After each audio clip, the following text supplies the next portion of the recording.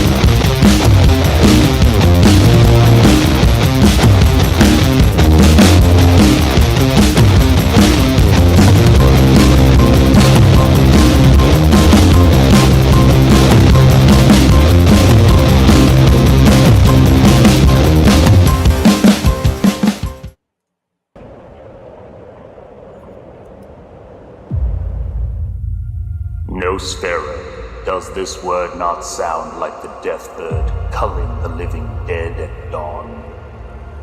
It is the name both ghouls and demons dare not say, for they know it means death for the undead.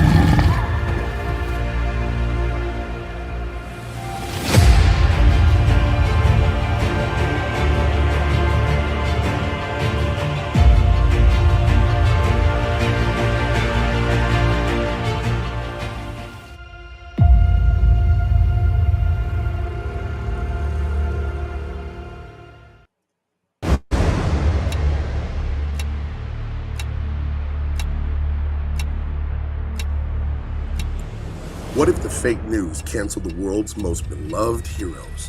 When a tragic attack ends the lives of precious innocents, our most celebrated heroes find themselves blamed and canceled by the media that once glorified them. Now in hiding, will they be able to trust each other long enough to prove their innocence? Well, they better fight as hard as they can, because if they don't, an even bigger tragedy is coming. And this time, it will cost millions of lives. Truth, Justice, American Way, the 64-page full-color graphic novel. Get yours today, only on Indiegogo. Now a six-figure campaign. Wednesday, July 27th. Hold on. I'm going to let Seagal take it from here. I'm going to take you to the bank, the blood bank. All right, guys, tonight's the night. I am so excited. I'm here with my brother, Shant Anjeti, and we are talking about Nico Toscani. We are talking about Above the Law. And I just finished watching it about half an hour ago. Again, I've seen it before, obviously. Yeah. I think, Shant, you did a rewatch yesterday or today or whatever. I did a rewatch today because I wanted to be fresh. And I do have to say this I streamed it and we rented it on Prime. I bought it on Prime. I just bought it. I think I'm gonna get a Blu-ray because I'm concerned about, Sure. I like to have hard copies in case they try to retroactively change things. But I always hold out on films until they've been remastered or rescanned. That movie looks pristine. They've clearly been taken care of. Yeah, it's a great movie. Yeah. Beautiful. Yeah. Seagal has a reputation. People clown him, stuff like that.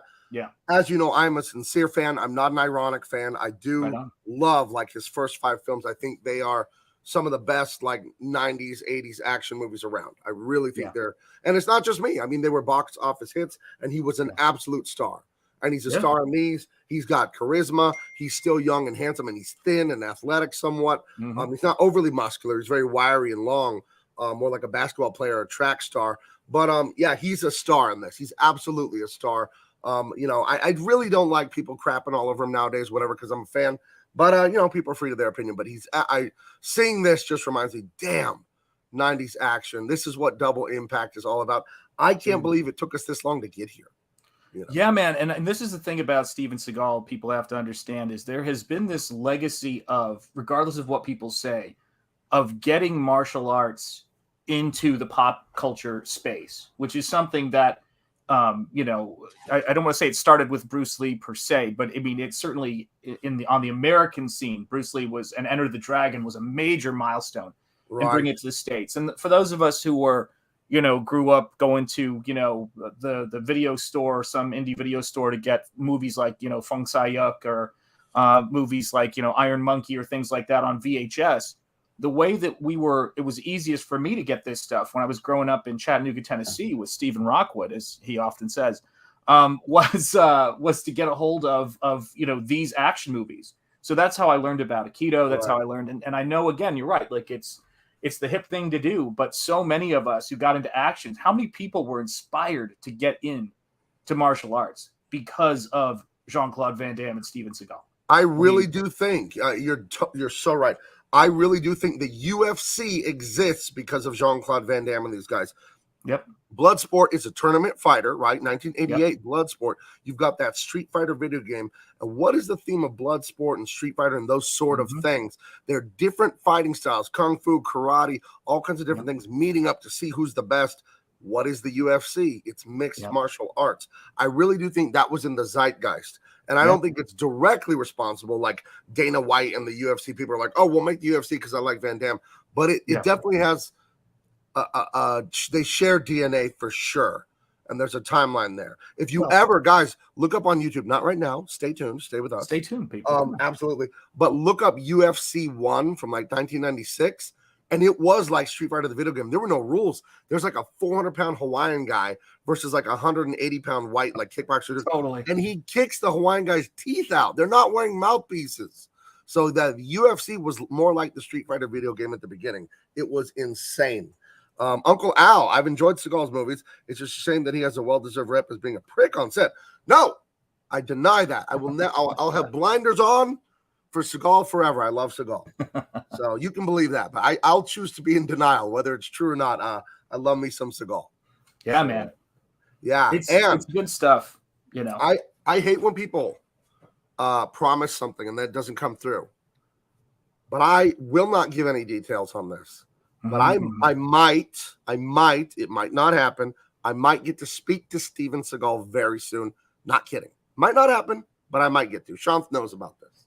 Yeah, man. I mean, I tell you what, he gives a lot of clues. Like the last time when he said he had a meeting with DC and it turned out to be Dean Cain. And I was telling my wife, I think he has a meeting with Dairy Queen. And she goes, baby, it's not spelled that way.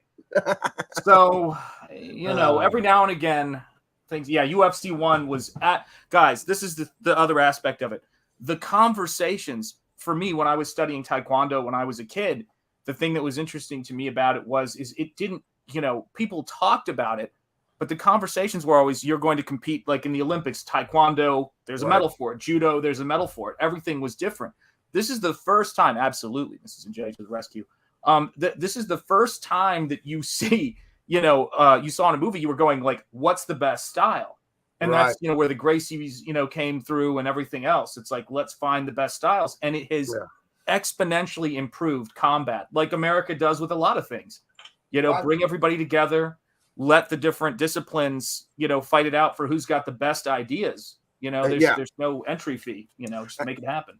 And if you're wondering who I am, I was just at UFC 276 in Vegas, championship. I was just there with my son and my nephew. So I am a fanatic of this stuff.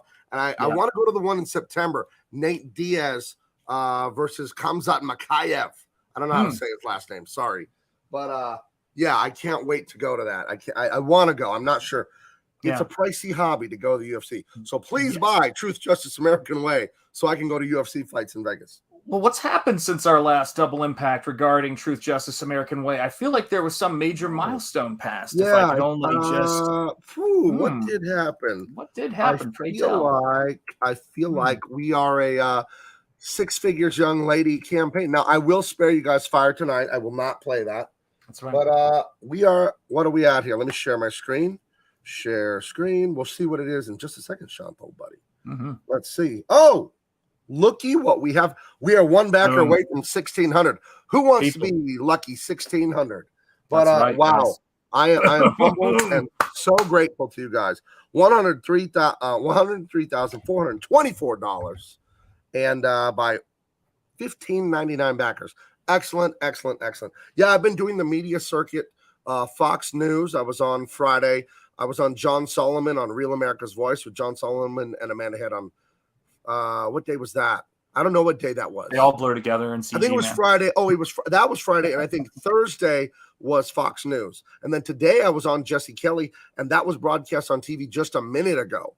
Actually, Jesse Kelly. That was on in the last half hour. So I was on Jesse Kelly's show. I did John Solomon's podcast. That dropped today, in addition to his live news show with Amanda Head. And I'm doing a lot of things. And I just got approached by one of and I'm not going to promise this is going to happen, but someone approached me about Rudy Giuliani's, I guess, podcast or something. I guess he has something like that. So I might do that. But I love being on media. I know I'm good on camera. I know I can talk and make people laugh and all that. So I'm really excited. And I name dropped Comicsgate on Jesse Kelly today.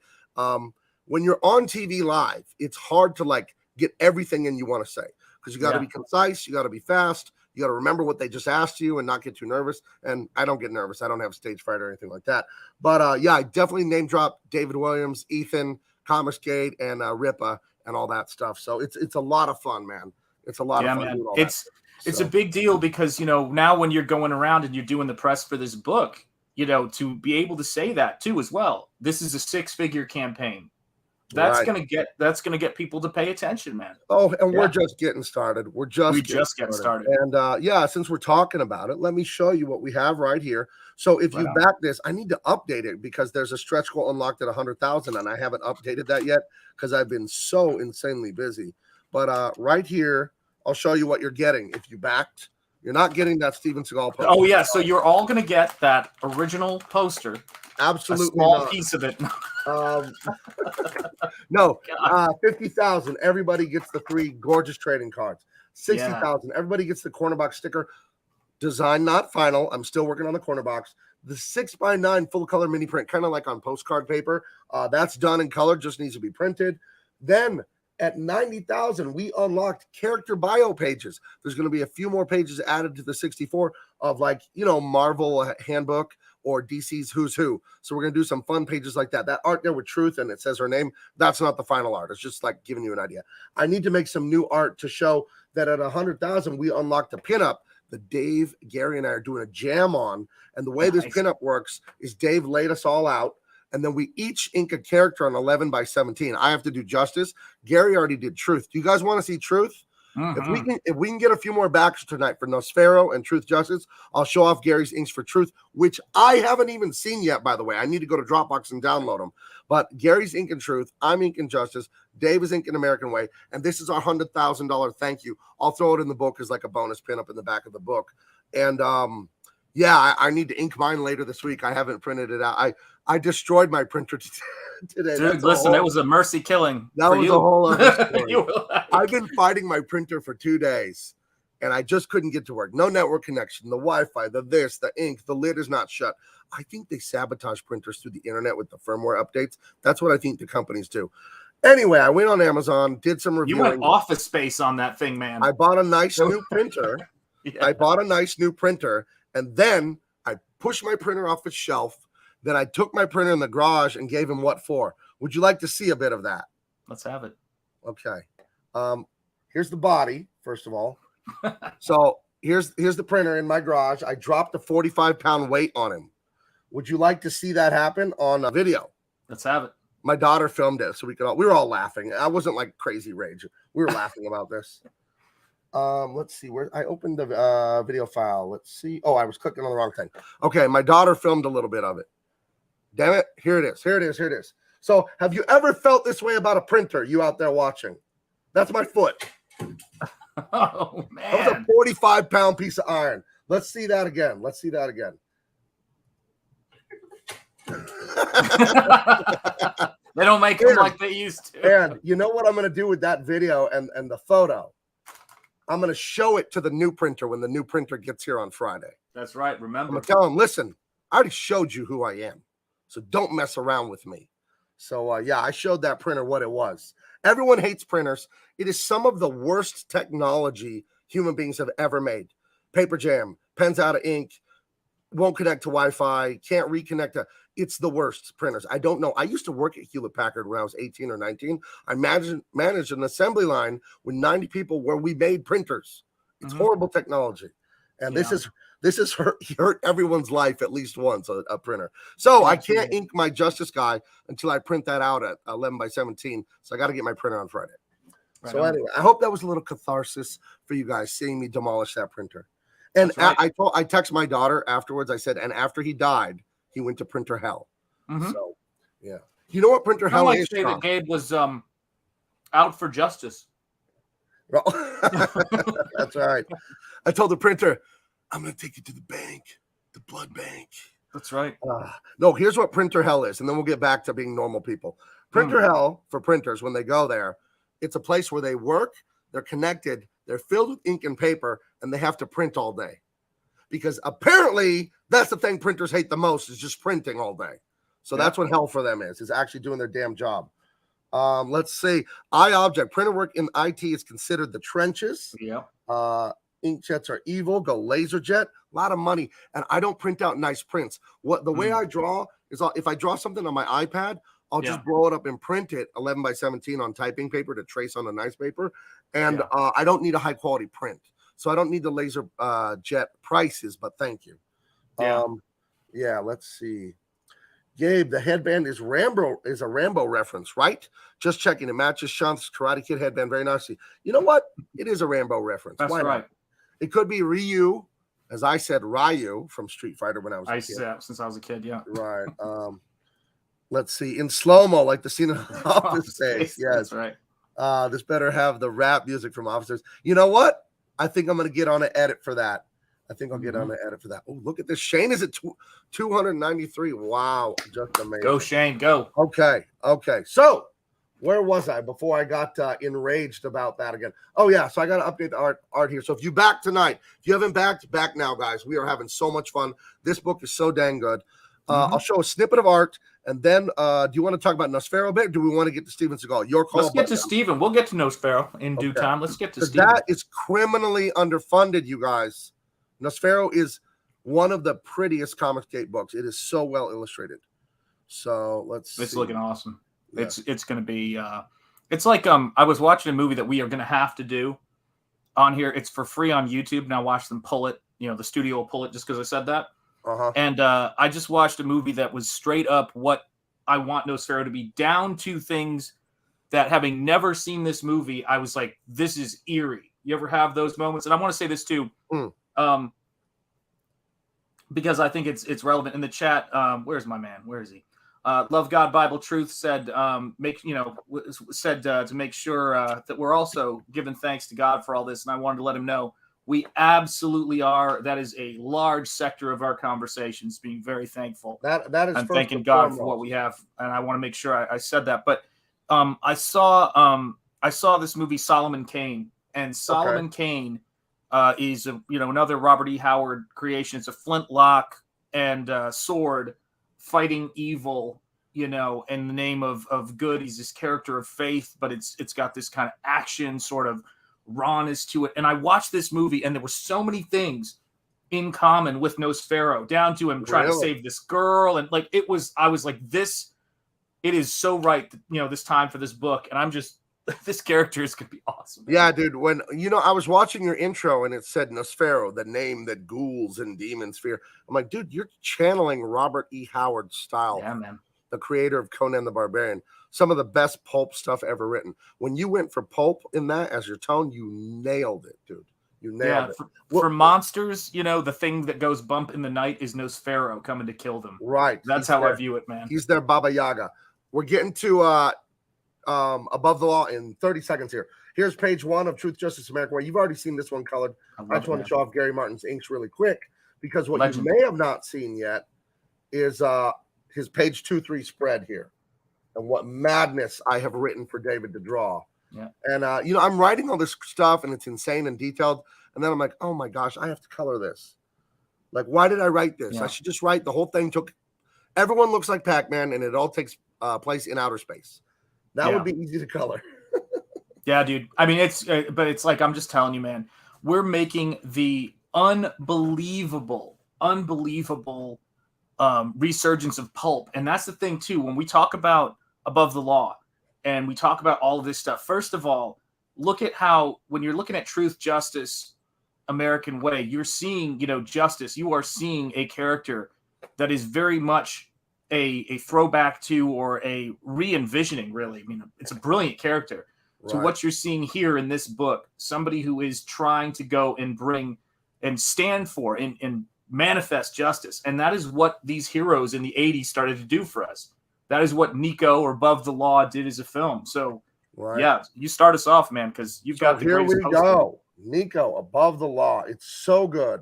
You start off with a young, very sideburn Steven Seagal doing Aikido in Japan. And I forget exactly how we transitioned to the military stuff. Do we just jump into it? That's just the montage of the beginning, right? The Aikido, just to show you his background. They show him from a baby. They talk about how he went to Japan, how he studied Aikido, and how he, learned Japanese and all this stuff. That's and a lot of it is biographical, because they're old photos of Seagal doing all this stuff. Right. So they were using, a lot of cases his photos. And then it goes to him giving a demonstration. And this is really him introducing a martial art, to the audience and the character. So they're introducing the actor, the character, and the martial art. It's one of the most important opening sequences. That's right. And he talks about how his family emigrated from, I'm not sure if it was Italy or Sicily. It was Sicily. And then they were just pro-American immigrants. And he showed, I think it was Nixon giving a speech. And Nixon was quoting Abraham Lincoln, saying, that there are some people that think no one is above the law and no one is below the law. And the theme of this movie, Above the Law, isn't just a great name. You'll see how this ties in. It's fantastic. So he joins the military like at 22. He gets noticed by some people, and they hire him to be in the CIA. And he's in Vietnam with his buddy. Is Neely the name of that character? Sometimes when I'm looking at the actors, I just think of the actor's name, and sometimes I think of the character's name. But anyway, Me too. Yeah, he's in a detachment for the CIA where they're doing reconnaissance and information and all that. And they get hooked up with this wacko guy. This guy right here. How do you say? Is it Seagal? Is Seagal this character? This guy is Dr. Evil. He shoots up the Vietnamese prisoners or anyone with sodium pentothal or pentothal. Kills the first guy he's interrogating. He kills people as he interrogates them, tortures them, cuts off fingers and toes, shoots them up with truth serum, which I think is sodium pentothal. I think I'm not a doctor. Nelson Fox. There you go. And and he, oh my gosh, he's like the devil, this guy. And Seagal's right there in the room, in the hut, watching him do this. He's like, what is this? We can't do this. And this is his first time working with this guy. And he starts a fight. He starts punching these guys, trying to stop it from happening. And he runs off. And his buddy protects him, says, get out of here. I'll hold them off while you run off. So that was his experience there. And we cut to Chicago, smash cut over to Chicago, where we get introduced to him as a cop in Chicago. He has got one of the sexiest partners, Jax. It's Jackson, played by the lovely, amazing Pam Grier. And his wife, Sharon Stone. No, hold on a minute. Let's just forget the movie. Let's think about your real life, Steven Seagal.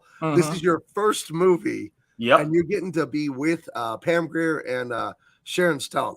I feel like, he should have been very distracted, but he gave a great performance. So kudos to him. Yeah, I would have been distracted around these two quite a bit. Absolutely. Very, very lovely ladies. And, thank you so much. It's Seagal. Okay. I think I had that right. And then Fox. That's right. The Fox is his buddy. Okay. Yeah.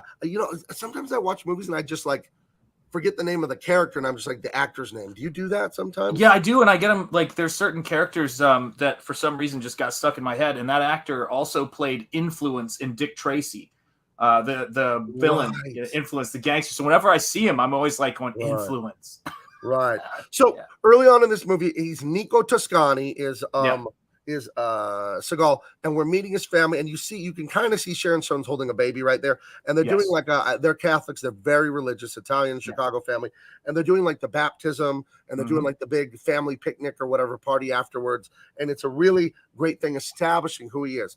Very religious, very like civic minded, very patriotic. He loves his country, and that's who this guy is starting off as. He's not overly idealistic though. He isn't naive and stupid. You know what I mean? He is very street smart, very tough. One thing I noticed when I started watching Steven Seagal movies is that when he fights in these early, like the early five, Steven Seagal, he doesn't get hit almost. It's like dudes will try to fight him and he'll just block, throat chop, and they'll just go to the ground. And at first I laughed. I'm like, oh, this guy is too arrogant to get punched. I'm like, no, this is kind of even more badass. He just throttles people like they're trash. And I was talking to my wife about this just to blow your mind, and I said I'm a massive and Dick Tracy memorable. Yeah, you're absolutely right. And this is the thing for me, right? Is that when I was talking to my wife about loving Van Damme movies and Seagal movies, she goes, and it was very uncharacteristic. She's like, I was like Steven Seagal. I was like, how many of his movies did you watch? She goes, I just saw parts. But I like the fact that he never got hit and he just demolished people. And I just laughed. I was like, lovely, man. Yeah, at first you never know. At first I was taken aback by it because I was like, I'd never seen a martial arts movie like that before. Yeah. Usually they get punched out or bloody or stabbed or something, and then they win. And he's like Godzilla. He just stomps on everyone, and it's kind of it's cool because it's so different. One man wrecking crew. Right, absolutely. And this is just a guy flirting with Pam Grier. And then they kind of establish her character too, that her and Nico, they've been partners for a while, and she's moving on. She's gonna go, I think, take some tests and try to move up to be like, what's she trying to be, like a lawyer or a district attorney or something like that? She wants to move up. She's pursuing. She's pursuing her career and higher than just a street cop. And it's a little similar to Andy Garcia in Black Rain. Yes, remember it's his whole true. thing. His whole thing was he was going to move up out away from Michael Douglas and be a district attorney or something like that. They talk about that early in the movie. I'm glad that she didn't have the same fate. I'm glad that she's all right, man. Right. Well, don't spoil it. No, just kidding. Yeah, no, seriously. Uncle Al. I never questioned Seagal's martial arts skill because it's obvious that his skills are totally legit. It comes through in the fight scenes. Nice. Yeah, he does seem great dexterity as a young guy. Well, if you see his figure in these early movies, he is thin and wiry. You know how we all were when we were 18, 19, 20. And I think here he's like 35, 36. You know, I mean, I think he's in his 30s, late 30s, and he's very thin, and he's 6'4". He's like me. And when you're thin and you're 6'4", you look like you're 7 feet tall. You know what I mean? So yeah, he looks like a muscular, I don't know, like a really long guy in this. It's great though. Yeah. Let's see. Na says this and Raw Deal is what I think of Chicago instead of current mayor Beetlejuice. Oh, what's that? The mayor of Chicago currently that looks like Beetlejuice. What is her name? I can't think of it offhand. Oh, here she is, Lori Lightfoot. Let's just get a little picture so everyone understands the Beetlejuice reference. My Lord. I have no comment on this. No comment at all. We're just trying to. I feel like that spoke for itself. That spoke for itself.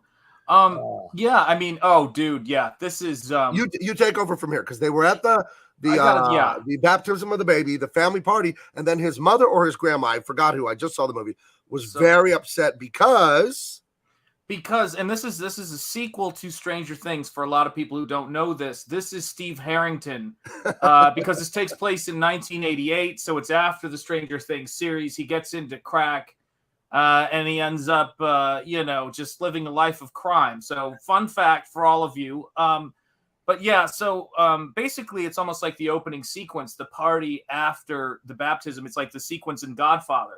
Everybody's there and people are almost coming to Seagal with their problems like the Godfather, but the cop version of it. It's like, Nico, she's out of control. She's running with these guys. I can't find her. She hasn't come home. So he decides when he's out with his partner to go pay a visit to where he thinks she's at, and goes up there and finds her smoking crack, which was one of those great epidemics of the 80s. Right. Horrific, many Dude, a thing. He beats the brakes off of this guy. He Oh my demolishes him. gosh. But first, he takes demolishes a bar. He Oh, that's demolishes right. a bar full of Right. people. So he goes in there, and people decide to sass him. One of the people, total bit part in the bar, is the guy who plays, I think, McMaster's. He's in a ton of movies. He's in Guardians of the Galaxy. But he's sitting at the bar. He has one line, and I went, "Holy cow, he's in this!" I forget who he plays in Guardians, but he plays Yondu. Yeah, that's right. And he's in Mallrats. Yeah, he's in everything. It's crazy. So there's some great actors in it, but he just demolishes the bar. Then he goes upstairs, and you get more demonstration of him using his martial arts in real world situations, and he just beats this punk, smashes him into his Coke mirror. And for YouTube, if you're out there, it's Coca-Cola we're talking about. Right. He had a fancy mirror that was with the Coke logo on it.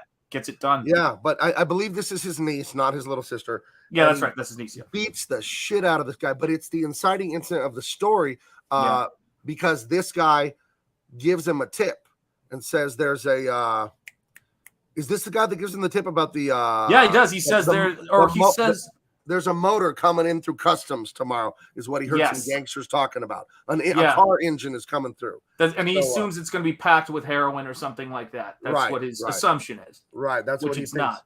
So Toscani's going to start investigating that. So, so he starts investigating that. And I just love Michael Rooker. Thank you, guys. Michael Rooker, that's his name. Absolutely. Great actor. So he gets on the trail of these Italian gangsters, and it's a really fun scene. Oh, did my daughter give me a shot of it? Yeah, that's his hand coming through.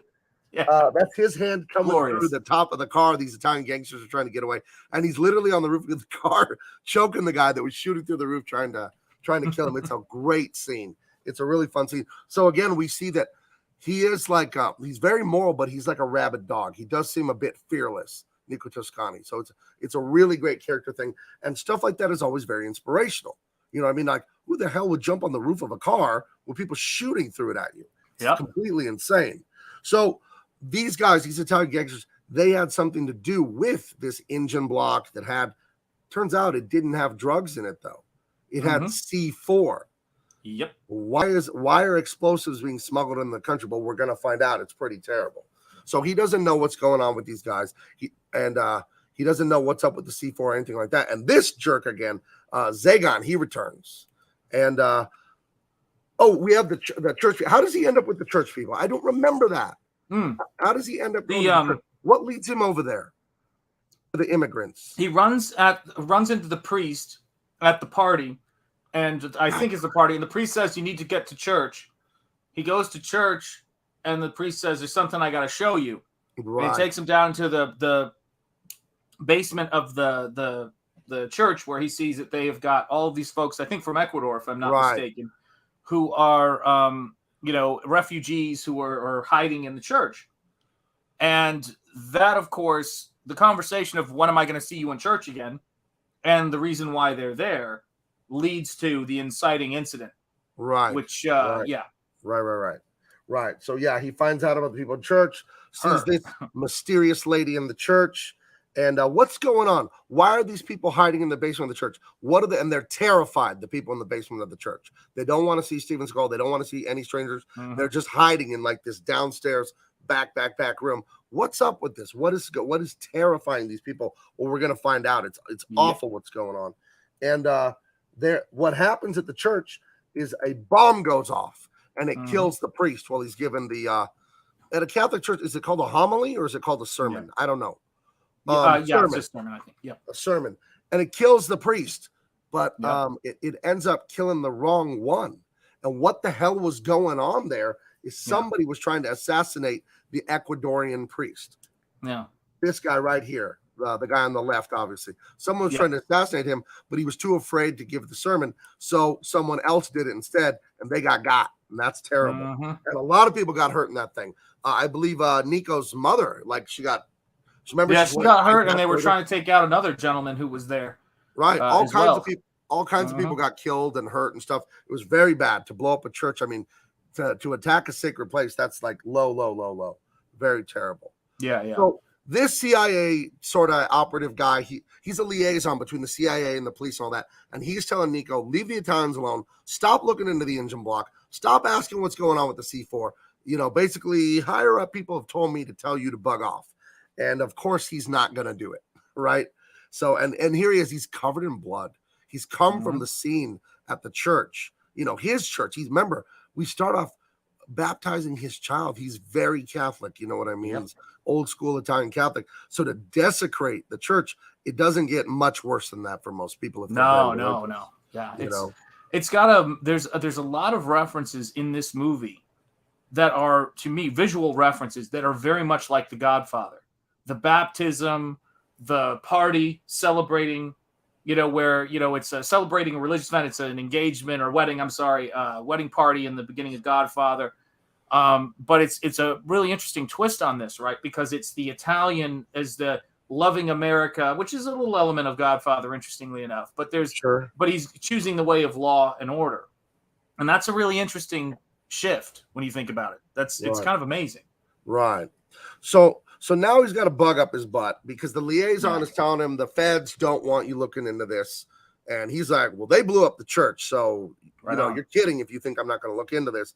And they're basically threatening, you look into this, there's going to be trouble for you. And we do end up later having a great scene where it's like, you're on suspension, Toscani, turn in your badge and gun. I think every great 80s, 90s crime movie, the guy always has to turn in his badge and gun. I think it's fantastic.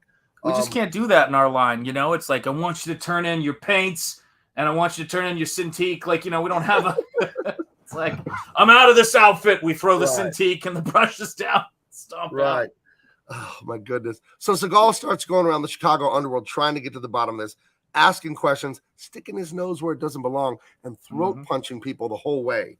Yep. And, you know, I think word gets out. And his old buddy, Fox from Vietnam, he was there when the torturing and all that happened. His old friend calls him in the middle of the night and tells him, hey, dude, you got to back off. These powers that be, they don't like what you're up to and this and that. So, and you know, he's not going to back off, though. So the police his mom in church, dude. Look, dude, I mean, look at that picture. Right. That's what happened to his poor mother when the church got blown up. And they come in, they raid the house, and you know how the authorities, they're flipping over the dressers and everything, and they're handcuffing, they're humiliating him in front of his wife and mother and baby, you know, and they take his gun, and you're coming down to the station. And it's a great moment because the big theme of this movie is the injustice of bureaucracy and how evil can hide behind lawyering, behind rules, behind establishments, behind all that red tape. And it's like his own friend is the guy leading the arrest on him. And his friend is telling one of the cops who hates him, is manhandling him. And his friend is like, hey, go easy, go easy. And it's just weird to see your own buddy is a guy arresting you. That it's really bad. But again, this whole idea of above the law, these bureaucrats, these elites, these kings, these rulers, they treat us like ants. You know what I mean? This is a great movie if you're a populist. So here's the chief. Turn in your badge, turn in your gun, you're on suspension, blah, blah, blah, all that stuff. It's a great moment in this one here. Let me check the chat real quick. And if you're enjoying this, if you check it, and if you love what we're talking about here, and if you love Double Impact, please make sure you're subscribed, hit the bell for notification, all that good stuff. All that good stuff. Let's see. Oh, my gosh. Share this out, guys. Share this out on Twitter if you're enjoying it. Like, blast this out on Twitter. Say we're talking about Above the Law. Please do. Love Steven Seagal? Get in here. Mike, fan of Pam Greer's Jackson. Let me tell you, Mike, I don't like to promise things and not do them, but I also might get to talk to Cynthia Rothrock very soon. Might get to. Might not happen, but I also, oh my gosh, we'll have to review that one. Sorry, Miss Jackson. What is that movie Cynthia Rothrock is in? And it also has the guy, I think from Double Impact, that has the blades on his boots and he has the long curly hair. Oh, don't do this to me. That guy's the villain in it. And then a guy that's kind of nerdy is the other hero with Cynthia. We'll have to review that eventually.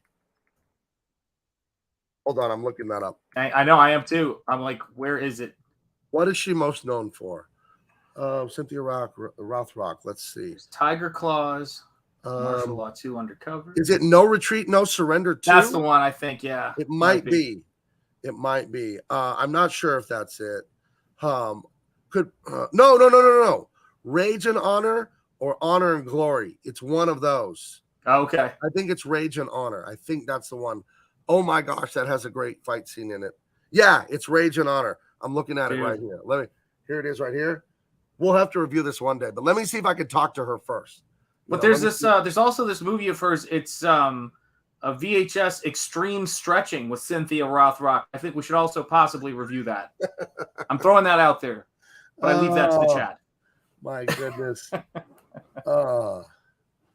Let's see. Okay, so where are we? Okay, so now he's suspended, that old trope. And Sean, let me ask you, the tropes that are in these movies over and over again, some people roll their eyes, but I enjoy them. You know what I mean? Yes. I think they can be done poorly. But I also think, like, when you pull in pulp or sci-fi or fantasy, there's a whole expectation that people already have of the rules and the ideas and the tropes. And it's okay to subvert them a little bit as long as you don't break the story. But I really enjoy it when you like, oh, is this a part where the cop gets suspended because the chief doesn't understand what's really going on? You see that so much. What do you think of stuff like this? Do you think it's? I don't know. I feel like you're baiting me into this right now, man. Because the mood I've been in, I have no interest in subverting tropes at all. I think it's tired postmodernist, Marxist, deconstructionist crap. I'm going to tell you that. Sorry, man. It's like one of those things that drives me nuts. Right. This is the thing about it, right? It's you have to tell pulp stories and hero stories straight. And they're not stereotypes, they're archetypes that we use. For example, the police captain who's tired of you going out on a limb has been portrayed as every different group you can find. Right. Every different group. It's an archetype. That's the difference. And when I see us, I've been incensed by the 1975 Doc Savage movie, just like, and I'm apologies to everybody in the chat who likes this movie because I know it's hard to be wrong. But the Flash Gordon flick they did back in the day, that was just, with the Queen soundtrack everybody talks about. It's like, for the love of God, it's all of these things were attempts to take these great heroes, these iconic characters, and run them down. And it's not any wonder that, you've got, when we talk about Steven Seagal, when we talk about any of these action stars who've been called difficult to work with and have been sort of, canceled before cancellation inside of Hollywood. Right. When you hear what the people who have canceled them and kicked them out of Hollywood are responsible for doing in some cases, it seems like that some people are above the law, dare I say. Ooh. So I'm a big believer in when you see people like this in this movie. You've got Pam Grier before Quentin Tarantino put her in Jackie Brown. So let's talk about that as well. You've got all these great Chicago acting talents, folks who were in The Fugitive with Harrison Ford. Like, we've got 3 or 4 people on the force from that because they're filming in Chicago. These are great films, man. And I'm telling you that the things you can't what's the word? The work that you're seeing right now is just straight parody when people try to do action. Right. I don't need somebody to look at the camera and wink after his mother was almost killed in church. Do you know what I'm saying? Yeah, if this was now I went off on the Players Club last night about the Marvel Cinematic Universe. And I want everyone to apologize to me in the whole world for going to see these, because I've been saying the whole time these movies are crap. And they're crap. I'm an award-winning comedy writer, by the way. My daughter's a stand-up comedian. I help her write a lot of jokes. I'm very funny. I know how to make jokes. And Marvel movies are anything but. That's comedy for idiots. And that's what I hate about those movies so much. And like, if this was a Marvel movie and the church blew up, Seagal would turn and go, looks like that hurt. You know what I'm saying? Like, even worse. Let's say this is oh my gosh, Captain America: Civil War. And the father of the Black Panther is lost, and that becomes the inciting, moving force of that character's journey. And then the next film, you reveal he's like all people in leadership positions. He was a terrible person, killed his brother, and orphaned his nephew. Like, that's the stuff that makes me want to spit. Yeah. When you see these people, they're like, all these guys have a crush on her because she is the archetypal, beautiful professional coworker they don't stand a shot with. That's who Pam Grier's playing. She's not playing a stereotype. She's playing an archetype. Right. And I love these movies, and I will tell you, the the most profoundly over-awarded and lauded work of satire or parody that sort of cuts the legs out from under humanity couldn't shine the shoes of this movie. Right. I'm going to say it right here. Above the Law with Steven Seagal is better than the entire Marvel Cinematic Universe and Disney Plus garbage tier shows. Absolutely. Dude, people get like beat up, shot, whatever. It's like, I thought you said you knew these people. That's not comedy. That's comedy for idiots. Stop it. The one that like was the tipping point for me was some Thor movie. I don't remember which one. It's from Planet Hulk, but it's the movie, and he's on this.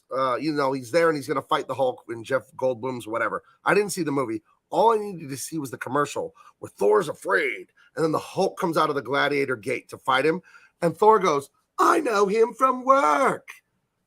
Yes. And by the way, for just so I can get this off my chest here, for Uncle Al please, and all Adam D, Blind Fury is absolutely awesome. And I watched that VHS till the dang wheels fell off. Okay, I've only seen that once. Is that with Rutger Hauer? Rutger Hauer, man, it is like a Zatoichi, the blind swordsman from Japanese by the actor Zatoichi. Yeah, just amazing stuff. Oh, yeah, absolutely. Blind Fury. We'll have to do Blind Fury. Amazon Prime kept suggesting Blind Fury to me. I'm like, I don't want to watch this. What, a blind white guy samurai? What are we talking about? Boy, was I wrong. And I should have known. Rutger Hauer's great. I should have known. We got a disagreeer in the audience. I think Out for Justice, it's really good. If it's over a Best Seagal movie, we're good. I mean, is anything going to be better than that cue ball in the rag and taking some teeth out? Come on, folks. Could you imagine? We should redub like a good movie like this with Marvel quips in it. Looks like you're going to need a hand, maybe two.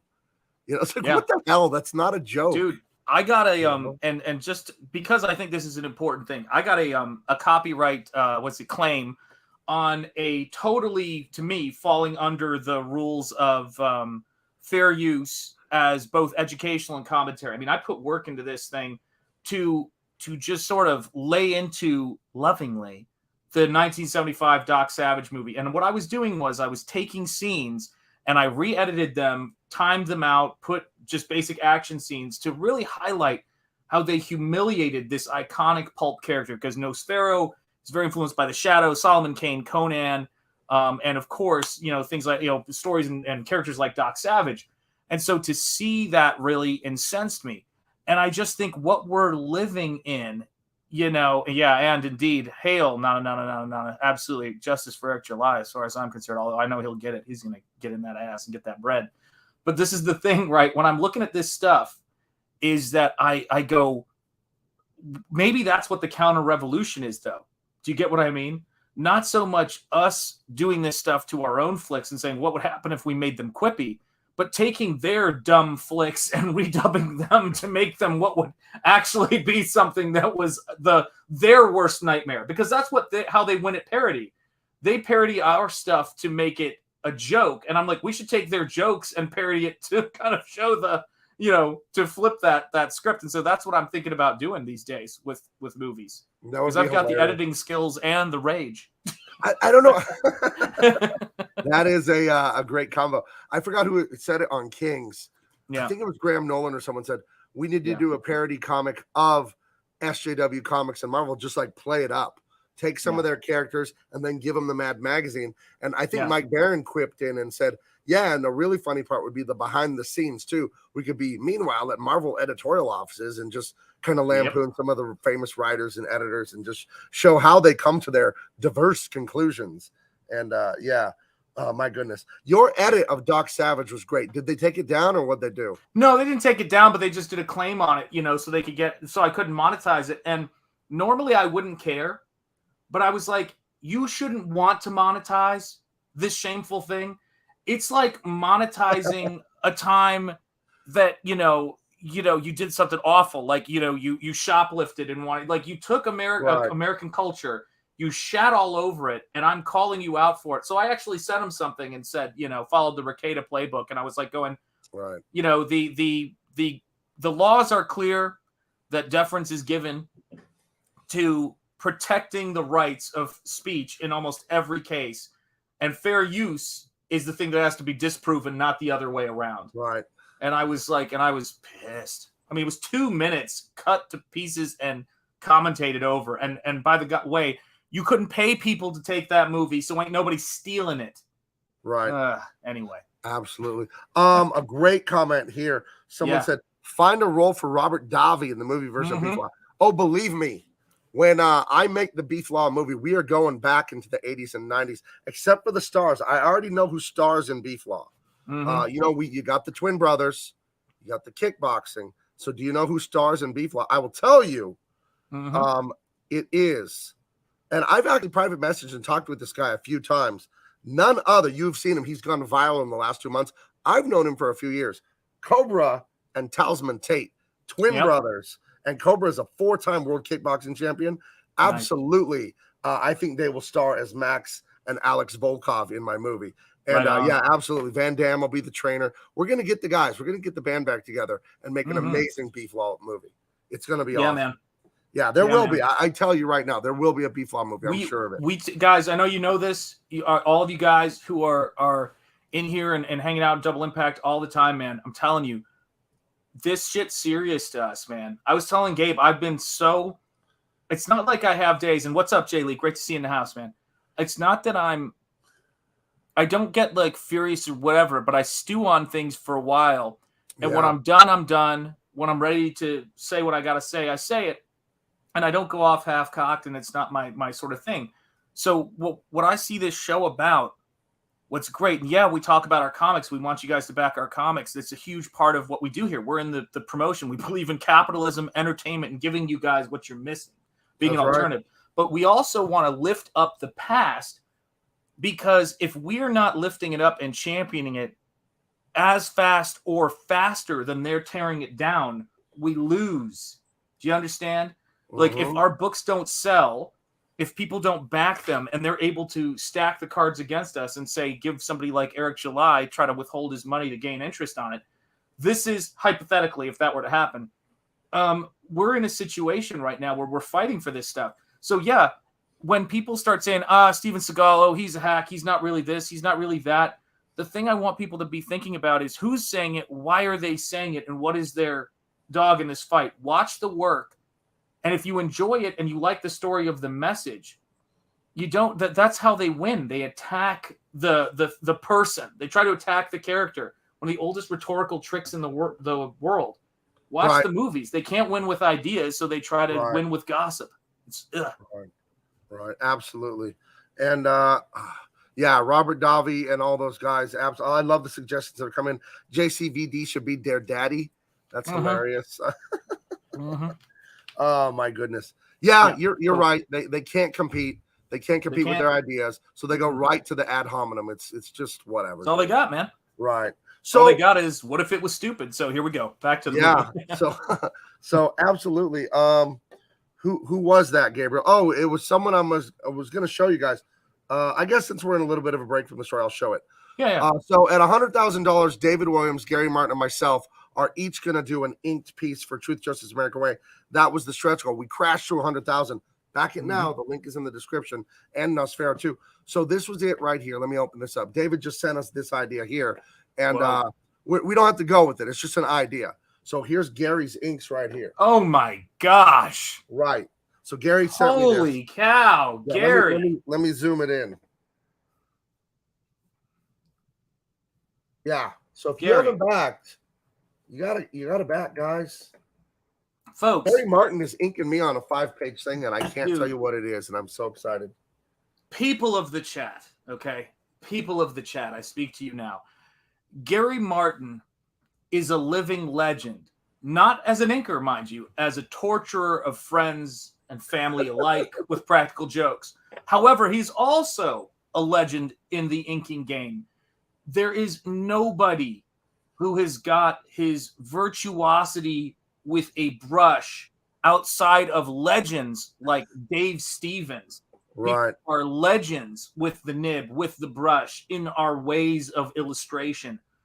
And guys, what do I got to do to sell you Truth, Justice, American Way? As I always say, this is the inker on the book. Right. He's the Gabe's inker. colors. Get on it. Right. Hold on. I'm trying not to drop 20 things in my hands here. Because I reorganized my desk. Hold on. Yeah. He's literally the author of the most prestigious book on how to ink comics. He literally wrote this. He inked a ton in it, and he got some of the best inkers in the world to ink in it. So yeah, he's our inker on Truth, Justice, American Way, and he's fantastic. Gabe is an inker himself. That was my background. I was a brush inker and did some nib inking as well, but we both like the brush. And I will tell you this, man, to get something of subtle elegance and beauty with ink is one of the most difficult things in the world. It's why people like Gary Martin and Dave Stevens, God rest him, are legends in the craft. You are looking at a living legend who is inking every page of this book, right? And who's putting his soul into it, right? And that's who we've helped get to six figures, and that's who we're going to help get beyond six figures. Right, absolutely. Boom. Let's take a Gary Martin break for just a second. He always sends me tons of inks, so I'm gonna bust out a few of those just to show you real quick. Gary hasn't sent me inks in a while. Gary, call me. Well, he sends them to me. We do a Tuesday night show. Aaron Lopresti, Sergio Cariello, David Williams, Gary Martin, Dan Lawless, and myself, and we just talk about art and the craft of making comic book art. And Gary will send in inks from time to time just to show us his technique. While you're doing it, can you click Mike Fan of Pam Greer's latest comment and have it up while we look at it? Yep. Gary just sold it with this image. Boom. Right. Truth, Justice. There you go. Let's zoom. Thank you. Yeah. Guys, legend. Look at this. This is him inking Aaron Lopresti back in the 90s on Sludge for Malibu Comics. Look at those gas shadows. Oh my gosh. Coming off the slime onto the hand on the uplighting there. What a legend. Here's a Steranko. You know? Yeah, it's all brush too. Look at this Travis Charest. Whew. This is all brush. Not micron pens. This is brush here. And, guys. Oh, he does military comics too for this military publication. You got to zoom on this, man. This is the stuff right here, people. This is the genius of Comicsgate right now, man. That we are reshaping. The only way this stuff isn't happening is if they hide it from the audience. And the only way it gets out to the audience is if you guys back it. I can't say it any fairer than that. Yeah, that's the truth. There's some more beauties. Let me grab a few more. You're going to flip out when you see this stuff here. Hold on. I'll close this and open a few more. Let's see what else we got. Okay. This is good. Yeah, and just share the Dropbox with me because I'm going to be dropping my book, which is going to be Justice, Truth, and the American Way. It's coming from me, Bob El Taib, different, related to Gabe. All right. Here's some more Gary doing recreations of comics. Guys, how many of us remember these books? Legend. Absolute legend. He did some Bernie Wrightson Frankenstein recreations, and they're unbelievable. They're unbelievable. Make it happen. This is Gary Martin stuff, guys. This is the inker on Truth. That's right. That's going to be my nickname. Abe El Taib. That's literally my brother, Abe. You can't take that one. That's literally my brother. We're going to have to work. Sade, maybe? Look at this hand. Look at this hand right here. Dude, look at how he establishes the planes and the mass of that hand. It's insane. Look at this stuff here. Dude, I don't know what else to say. I mean, it's guys, so good. People act like this stuff isn't being done anymore, and it is. It has to be backed. That's all brush. It has to be supported. That's all brush, the sky. That's not pens. Yeah, it's not Clip Studio either. Right. Oh, fuck Clip Studio. Jeez. He said it. I didn't say it. One of my professors in college said the pixel is dead. You know. Look at Gary's in the chat. Jonathan Gabe, you guys are officially off my prank list. There you go. Oh, dude, we're singing your praises. Yeah, there he is. There's Uncle Gary. And I'm just a little bit better than Gary in every way. I'm a little bit taller. I'm younger. I'm smarter. I'm handsomer. He was going on. This isn't me saying that. He said that last night. He was getting really upset about it. I have a longer wingspan than him. Can we all hail Ink Art in the chat, please? Can we all let Ink Art 1 know he is number one? Don't question it. Gabe, do you wish to learn the way of the quill or the way of the quill? I've never used a crow quill pen.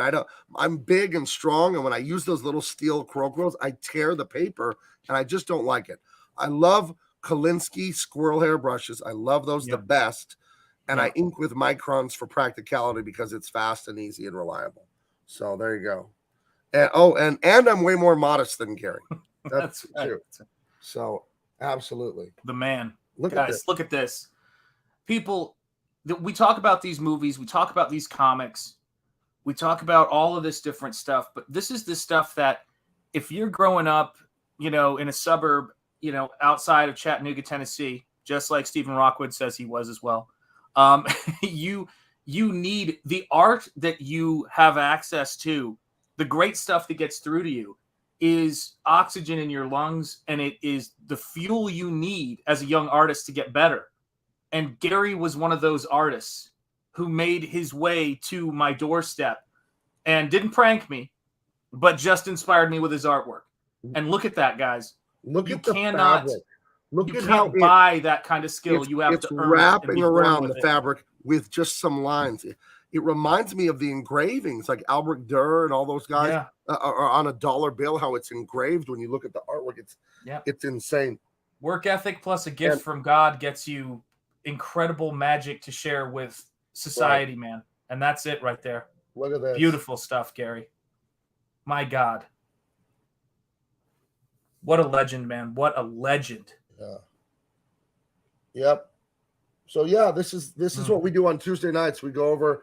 Gary brings a lot of work. I encourage the other guys, Aaron, and man, look at the 3D establishing the drapery there, just with those diagonal lines. That's insane. You could see it undulating. You know what I mean? Yeah, man. And Hill Cranberry Langers as well. It's great to see. It was fun streaming with you the other night. Let me say this too, guys. The show that you're showing these on, right, is on Tuesdays. The name of the show is the Players Club. Players Club. So, guys, if you are not watching that show, hit the bell for reminders for that show and for this show, because that's what it's about. I mean, are you guys feeling fired up and inspired about movies, culture, art? That's why you come here, man. Are you feeling fired up? Yes, go check out Gary Martin's Instagram and follow it, man. Let him know. Yeah, let him know. And for those of you just coming in late, this is the inker on Truth, Justice, American Way. If you're wondering, this is part of the art team. So when you back that book, I mean, I've never seen a more beautiful, ugly woman. It's so well done. It's so well done. The planes that he captures, all the different sides, the uplighting.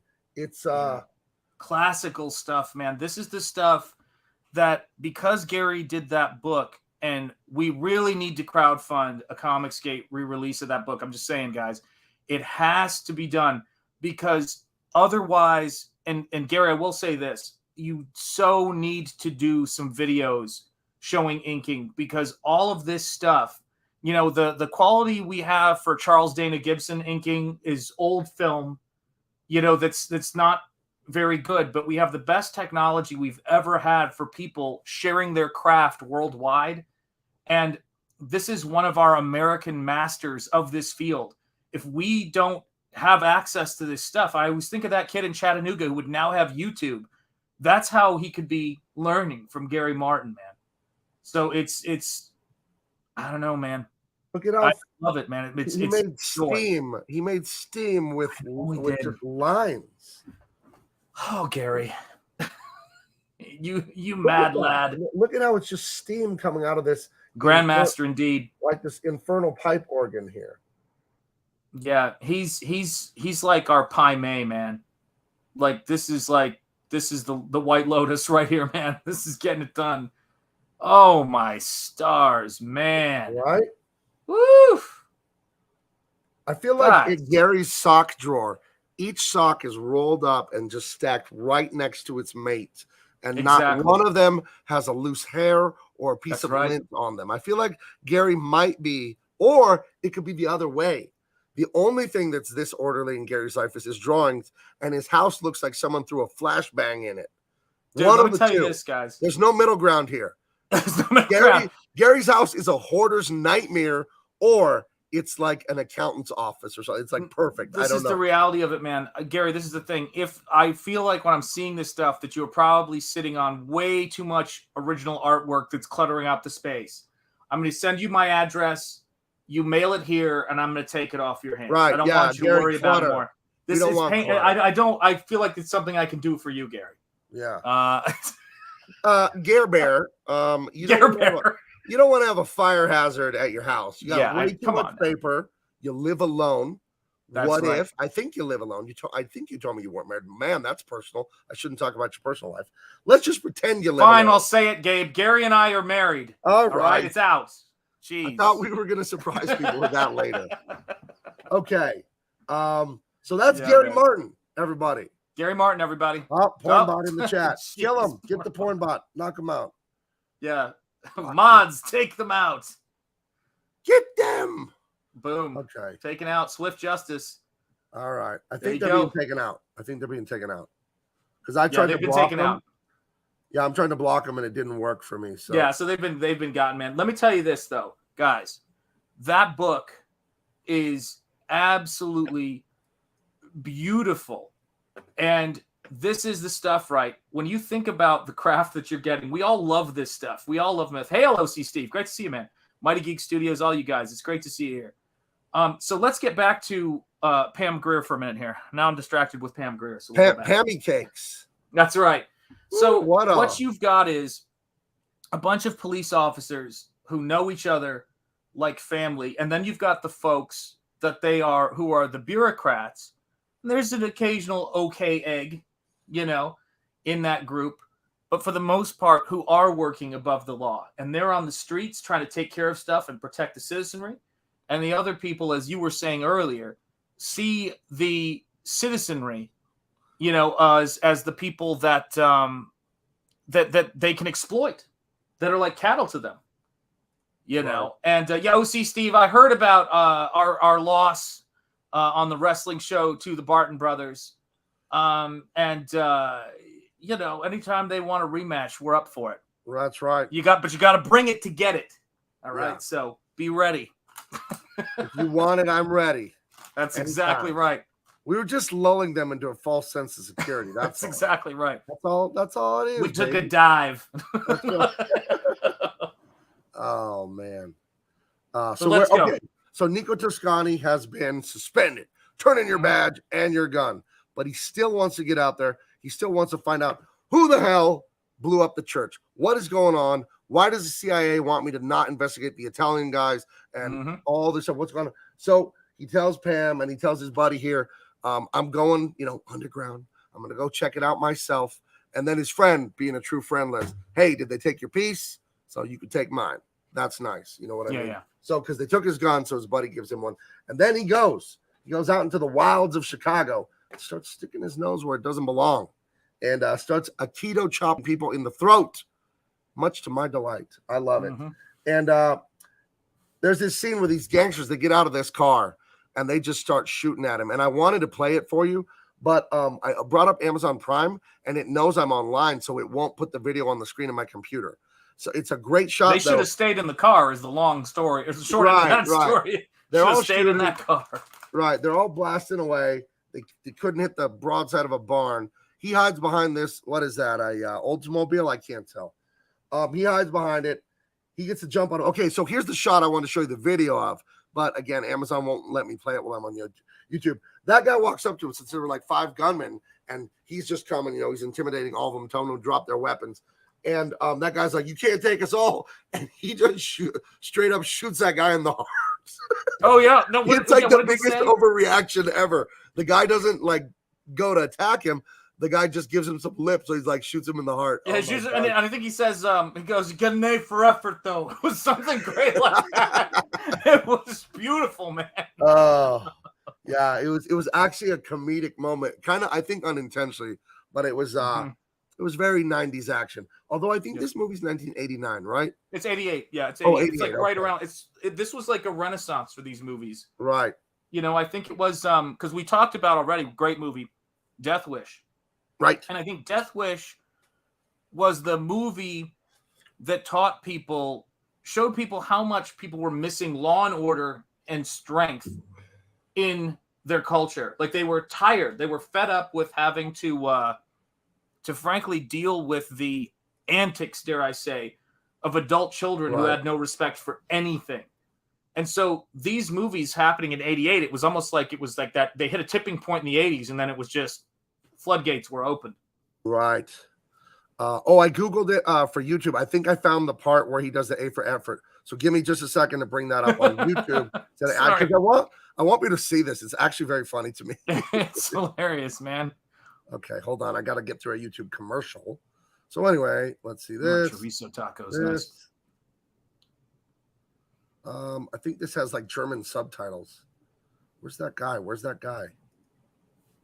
I'm almost there. Sorry, guys. I know this isn't great radio to do this. No, listen, man. This is the thing. I want you guys to realize that, granted, it doesn't mean we'll be able to show this page, as Rob was talking about on on certain crowdfunding sites, but we can do this in comics. If you can draw it, if you can dream it, if you can write it, you can do it. That's what Beef Law is about. That's what Nosferatu is about. And that, by God, is what Truth, Justice, American Way is. Say that again. I love that. Say that again. No idea what I just said. He said if you could, I think you said if you could dream it, you could draw it. If you can dream it, and you can draw it, and you can write it, you can do it. That's right. Oh, my gosh. Fantastic. Okay, I think I'm at the right moment here. If I push play and we get a diarrhea medicine commercial, I guess I apologize. Whatever. You never know what YouTube is about. You could help somebody tonight, too. Never know. Maybe someone's stomach, maybe someone has a rumbly in their tummy. That's right. Hold on. Let's see. I'll back it up. Oh, my God. Listen.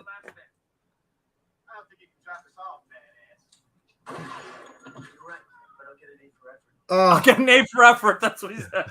So you can't drop us all. I think he called him badass. He goes. You can't drop us all. So I forgot what he says. Maybe he said badass because it sounds like badass. Yeah. That's what it was. Yeah, but you get an A for effort. Roll film. Yeah, that got a chuckle out of me. This movie's not too funny or anything, but that got a chuckle out of me. You can't drop us all, fat ass or badass is all. But I can. Yeah, well, they also just tried to blow him to pieces to Kingdom Come. So it was what it was. I mean, look at that car, man. I mean, come on. They're just unloading, and I guess that guy he found out the hard way, so that's tough. Yeah, let's see. Mm-hmm. Okay, so anyway, he's getting on the trail of what is going on with the CIA and the C4 explosive that was smuggled here in an engine block. And it's starting to look like, did the CIA bring that C4 here? And if so, why? And what the hell does the El Salvadorian Catholic priest being afraid to preach have to do with the explosives that blew up the Catholic Church? What is going on here? And how does it all tie back to Seagal, the weirdo CIA enforcer dude who loves torturing and drugging people? I think I'm giving away the whole story almost. So, Seagal captures. But it has to be seen to be experienced. Oh, you got it. Guys. Got to see it. Guys, hold on. Let me make a plea to you. This movie's like $3 or $4 on Amazon Prime. Okay, I know times are tough. That Biden gasoline ain't cheap. It's worth every penny. This movie comes with my highest recommendation. You have to see this movie. Okay, so $3, $4. You got to wait till payday. I understand a lot of people live check to check. I get it. I lived that way for a long time in the old days. I get it, but. Check this movie out. You will not regret it. You will love this movie, Above the Law. I'm not getting a penny for telling you that. I'm just trying to share joy, mirth, action, adventure, and inspiration. He gets his hands on this stupid CIA police liaison guy. I don't remember his title exactly. He kind of beats him up, tortures him, and says, "You're coming with me down to the evidence thing because we seized that engine that had all the C4 explosive in it. And we're going to find out what the hell is going on."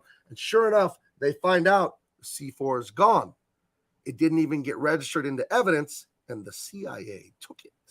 Mm-hmm. What is going on? And by the way, this gentleman right here, who is a bureaucrat having a really terrible day, it's the DC offices got moved, and now he's out here. And the thing about it is, sorry, sprinting to hell, Gabe. I'm sprinting to hell. That is all right. But he didn't believe Nico when Nico said it's not going to be in evidence. Right. It's going to be gone. And he made that guy go there. And by the way, this is a big thing, right? We have to sometimes, what this movie is showing is rather than just continuing to, butt heads with this guy, he's going to make him see it. He's going to take him there. Right. To show this to him. And I think that's important, man. I mean, that's an important part because this guy becomes somebody you can kind of count on later. They squash that beef, so to speak. Right. It's good stuff, man. Because I don't think the liaison guy was necessarily bad. He was just, shit rolls downhill. He was following orders from the big scary bosses of the CIA to tell Nico to back off. And then Nico, like you said, he takes him not there. He takes him to the evidence place and says, see, dude, you check yourself. They took the C4. Why? Breaking news. My daughter, Minnie El Taib, who's lost a lot of weight. I'm very proud of her. She's now a professional comedian, guys. She's been getting paid to do comedy. She is at the world famous Comedy Store tonight. Pretty Funny Women, 8 p.m. Wednesday. She's on the playbill. She's going to be up on stage tonight. She's on stage like 6 nights a week. But guys, she's getting cash for this now. So we are a funny family. And when I tell you the Marvel movies suck and it's comedy for idiots, I'm being honest. Those are, but I'm so proud of my daughter, Minnie. She just texted me that just a second ago. So I had to break in. But thank you for these screen caps we're enjoying tonight too, as well. Right. But yeah, people on this channel, they love my daughter, Minnie. I occasionally do a show with her now because she's so dang busy. But absolutely, go Minnie, my daughter. I have to say this though, I do think when you want to do that father-daughter stream, you shouldn't have to talk to her agent. I've said it. I just don't think it's right. She said, remember where you came from. Right. You want to know a surreal experience for me? I don't know why, but I always I guess maybe because I live in California and all that, I run into celebrities and movie stars. And if you go to the Grove, it's a mall in Hollywood, you just run into people and comedians, and I've run into plenty.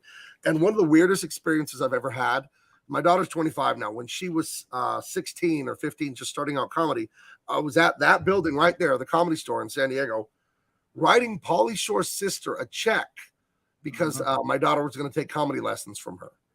So it's like, I've written Pauly Shore's sister a check. Why? Just I was sitting there writing the check like, whose life is this? It's such a weird thing. I don't know. Yeah. It's how it is, man. Right. So they go there to show the evidence, man. Yeah. No. 5 backers for True Justice Breakaway. What do you mean? Do we need 5 more? 5 new backers. Got to refresh, man. I got to refresh. These people are maniacs tonight. Let's see what we've done. Sorry, guys. We're all over the road. We are. Seagal, it's that kind of night, dude. Seagal wouldn't have it any other way. You know what I mean? Right.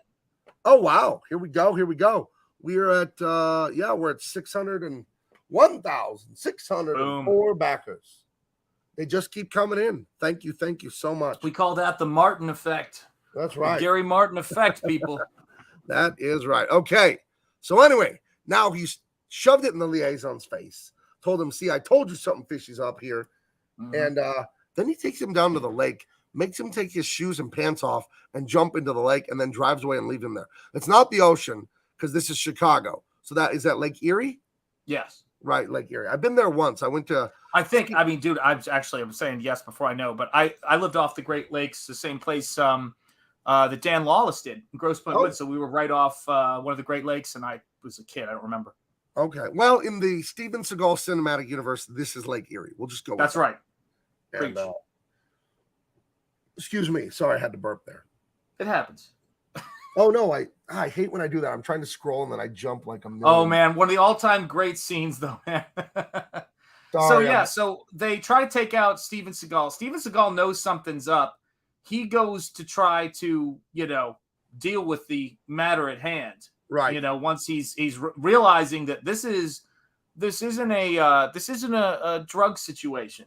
This is something bigger. No, you got a former CIA guy who was smuggling or outsourced or whatever he was, some secret branch, right? Who was smuggling drugs back in that day, and then now he's up to something far more serious. Right. In addition to that, So we smash cut to like a seedy hotel. Zagon, the torturer, is there. Right next to the lamp, right behind Zagon's hand, is the El Salvadorian Catholic priest. And that's not Joe Pesci. That's dollar store Joe Pesci there, the mobster with him. And what they're going to do is they're going to torture the El Salvadorian priest because they're like, did you tell anybody what we're doing in South America? Because what they're doing, I'll just tell you guys, is they're doing their typical, that 80s, 90s movie CIA bullshit where they're running drugs and guns and doing all this stuff to finance things, to make themselves money, to, to pay for wars, to do just all that corrupt stuff. Kind of like the Iran-Contra stuff that was going on with Reagan, all that in the 80s. So that was kind of the theme in this, that's what Zagon wants to kill this priest for. But they got to know before they kill him, did he tell other people? Because we got to kill those people too. So that's that sodium pentothal, I believe, right there. They're going to shoot up the priest with it and make him tell the truth. So it's an intense scene because the priest is screaming his face off. He is like terrified when they're doing this to him. So let's see. He knows how Did Henry Silva and Jack Palance ever headline it in a movie? I doubt it. They should. No. Yeah, they do look very similar. That's true. They do, yeah. Yeah. His face looks like before they even today they haven't figured it out, but really didn't figure out plastic surgery or something. There's something about his cheeks or his eyes or something about it. Let's see. Those 80s movies, dropping red pills while blowing shit up and spitting one-liners. Yes, indeed. And there's a great monologue near the end of this where Seagal is facing off with Fox, his former CIA buddy in Vietnam. Yep. He's telling him, you bastard CIA, you think you're above the law. And he says the name of the movie. And I always kind of like when they say the name of the movie in the movie, if it works. And when I was a little kid, I just had this weird idea of Lando Calrissian telling Han Solo that the Empire Strikes Back. Like in that movie. it doesn't always work. In this one, when Nico tells Fox about them being, you think you're above the law, it's a great scene. And so anyway, they're interrogating the guy. I don't know why my daughter got me that picture. Okay, this is the first one that wasn't great. But it's Seagal and them coming in the room to have a face-off with the CIA guys and save the El Salvadorian priest. And Pam asks his partner one simple favor, one simple request. Right. Don't come in. Right. Ooh, I like this. Is there something deep here? Yeah. Cranberry Langers. The priest is terrified of the truth. Interesting concept. Yeah. Right, because the priests do the confession. I don't know if that's if there's anything to that with the writers. Still interesting, man. But that's very interesting. That is very interesting. Because I would assume he's told people, and that's why he's in hiding, because he knows he's in danger. Or he thinks that the CIA thinks he told people, which is good enough. You don't have to tell anybody. Yeah, Nate's memes. I just read that chat right above this one. He says he looks like dollar store Chevy Chase on my phone. Let me tell you something, man. He looks like, if you weren't on your phone, he looks like Chevy Chase on bath salts, man. He looks like he's ready to kill somebody up in this place, man. Scary. Woo. You guys think you're above the law? We ain't above the law. Yeah, well, we'll have to go find the quotes from that speech because I actually really like it. Anyway, in that raid, the bad CIA guys get away. Pam Grier gets blasted though. Yep. Is she gonna die? Is this an Andy Garcia Black Rain moment? Both of his buddies get blasted. Actually, it's not good. Yeah, man, it's not good at all. And it's kind of that movie, that thing in storytelling where you have the fake defeat. You know what I mean? Like right where they can't destroy the Death Star, and then they figure out how to destroy it after all. So here we have a really down moment. Bad guys get away. Good guys get shot up. It's really nasty. So you know what I was worried about, though? I was worried she was going to look at him like Billy D and go, you should have taken the shot. It was heartbreaking. From Nighthawks. That was terrible. Yeah, dude. Yeah, the partner getting shot is another thing because it is the person you are most responsible to protect, and it teaches you in these movies that you don't go off half-cocked when you're going out for justice, dare I say, when you're trying to bring the battle, to the criminals. You've got to also be your brother, or in this case, sister's keeper. I love that, man. Absolutely. I love that. Let's see. I think did I find the scene where they're talking on the garage? Yeah. I didn't. I should have looked it up before the show. Anyway, he's stalking the bad guys again. He's looking for them after they've gotten away. He's figured out where he thinks they might be. But Fox, his old buddy from Vietnam, the one that called him in the middle of the night and told him, "Stop looking to the CIA. You're gonna ruin yourself. You're gonna get yourself killed." Yeah. That guy, since he's such a great spook, he gets the drop on Seagal and he meets him there, and they have a confrontation. And my daughter didn't get a picture of it, but that's where he has that speech where he tells him that you guys think you're above the law. We're not above the law. I do like that. I think it's great. Well, moral relativism, right? He compares it to Rome. Right. He says, you guys are planning on killing one of our, peoples. Right. And he goes, that's the same thing they did in Rome. It's like, and he goes, are we Rome now? That's what I love that. Right. Like he holds up America, man. That's holds up America. One of the key things I forgot. One of them, the main target for the CIA was a senator. Yes. Because the senator was looking into what the CIA was doing in South America with the drugs and the money and the smuggling. That's the guy they wanted to kill at the church. Oh, I can't believe about that. But this is the big thing, though, right? This is the big thing. Think about who's saying it. He's Sicilian, he's culturally Italian, and he is saying how in the beginning of the movie he's embraced America. Like so many people who come to this country as immigrants who really come here, they come in here and they come in here the right way, and they have an appreciation of this country. And they swear allegiance to it. They pledge allegiance to it. And he's saying that, comparatively speaking, when he says, that's what the Romans used to do, which is, basically the end of that empire. And he says, is that what we are? Is that who we are now? Right. Because we're supposed to be better than that. And this is coming from someone whose ancestry goes back there. That was a very poignant scene. It was. Yeah. It's his own brother from the old days in Vietnam and the CIA. Yeah. Telling him, hey, man, I'm in this for the money now. I don't care. Yeah. And Nico, still being that first generation immigrant or whatever, is like, no, man, America stands for something. And you're right, Sean. That's a great line where he says, like, we kill senators now? What are we, like Rome, like the Romans or whatever? And oh, no, he says the Romans. No, the other guy says, the other guy goes, the Romans did in retort. Goes, well, the Romans did. It's like, well, when they're falling apart at the end there, shit. So I love Roman history, by the way. Yeah, I do too. We both. I don't want to sidetrack too much, but Hardcore History by Dan Carlin, free podcast. Yeah, look it up. Hardcore History. He does amazing stuff on Rome. Yeah. Let's see. Gabe has the physical stature to be an action star. Okay, let's talk about this. I got a lot of comments and compliments this weekend at Comic-Con because I went down there and had some fun, and people were amazed at how big I am in real life. It's not a put on, guys. I'm a unit. I'm a specimen. I'm a big dude, but and I got a lot of comments from people about it, and it was curious to me because it doesn't usually happen too much. People will ask me in the grocery store to get something off the shelf or whatever, but it was in a span of just a few days. A lot of people commented to me on how big I am. My wife told me my muscles look a lot bigger, and I have been on creatine for a month, so maybe maybe they're coming out more. Yeah. But I don't know. But thank you for the compliment, Uncle Al. So, yeah. I want to say this too, right? I am taken though. So yeah, you're Gabe. Listen, when we get into a situation, right, and I need someone to take care of it, I know that Gabe is the bigger man, and he is always picking up the check when we go out, and I want to thank him for that. That's right. That's right. The stakes. They're gonna go. Who's the bad news going to? I'm gonna be like. Oh my gosh. By the way, my birthday was Sunday, the last day at Comic-Con. Went down there a little bit. Family took me to the zoo, and then they took me to dinner at a Brazilian barbecue. Have you ever been to an You just had your birthday. Chat, can we get some extra happy birthdays for Gabe in the chat? Yeah, I'm 44 now. Yeah, happy birthday, brother. Again, for the stream. I said happy birthday on the day, obviously. Yeah. So anyway, you went to the San Diego Zoo. Sorry, go ahead. I went to the zoo. Wonderful trip with my family to the zoo. This is world-class San Diego Zoo.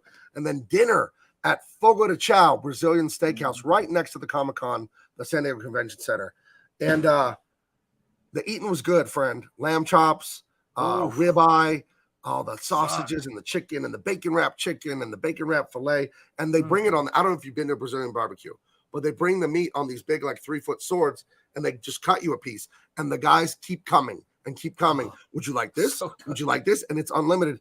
And they had like a sort of like a non-meat item that was roasted squares of cheddar cheese, white cheddar, like roasted brown on top and gooey in the middle. They put it on your plate, and then they drizzle honey on it.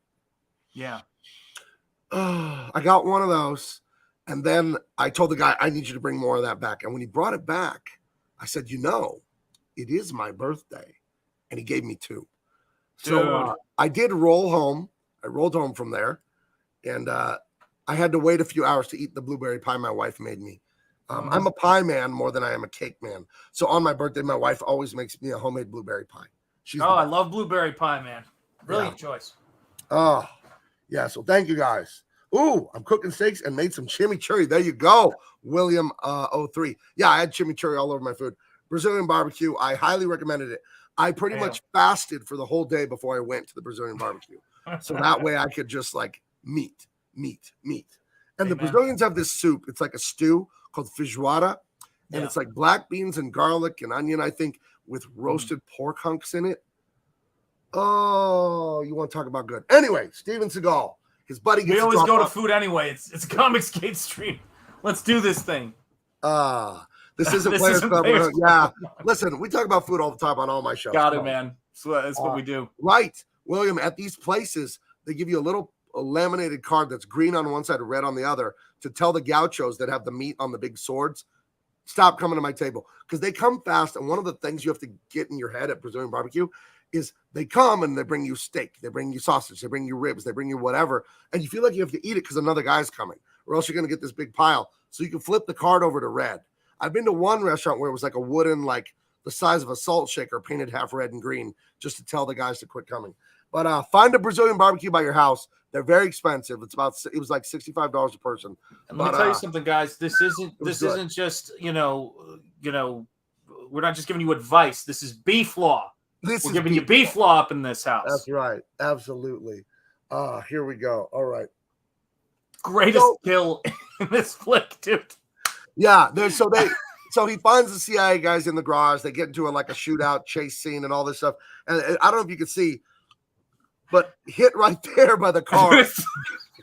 Going out the parking garage is the dollar store Joe Pesci. We finally get rid of this prick. I can't stand him the whole movie. He's a great villain because he's like whiny and he's snotty and he's arrogant, and it's so satisfying to see him get it.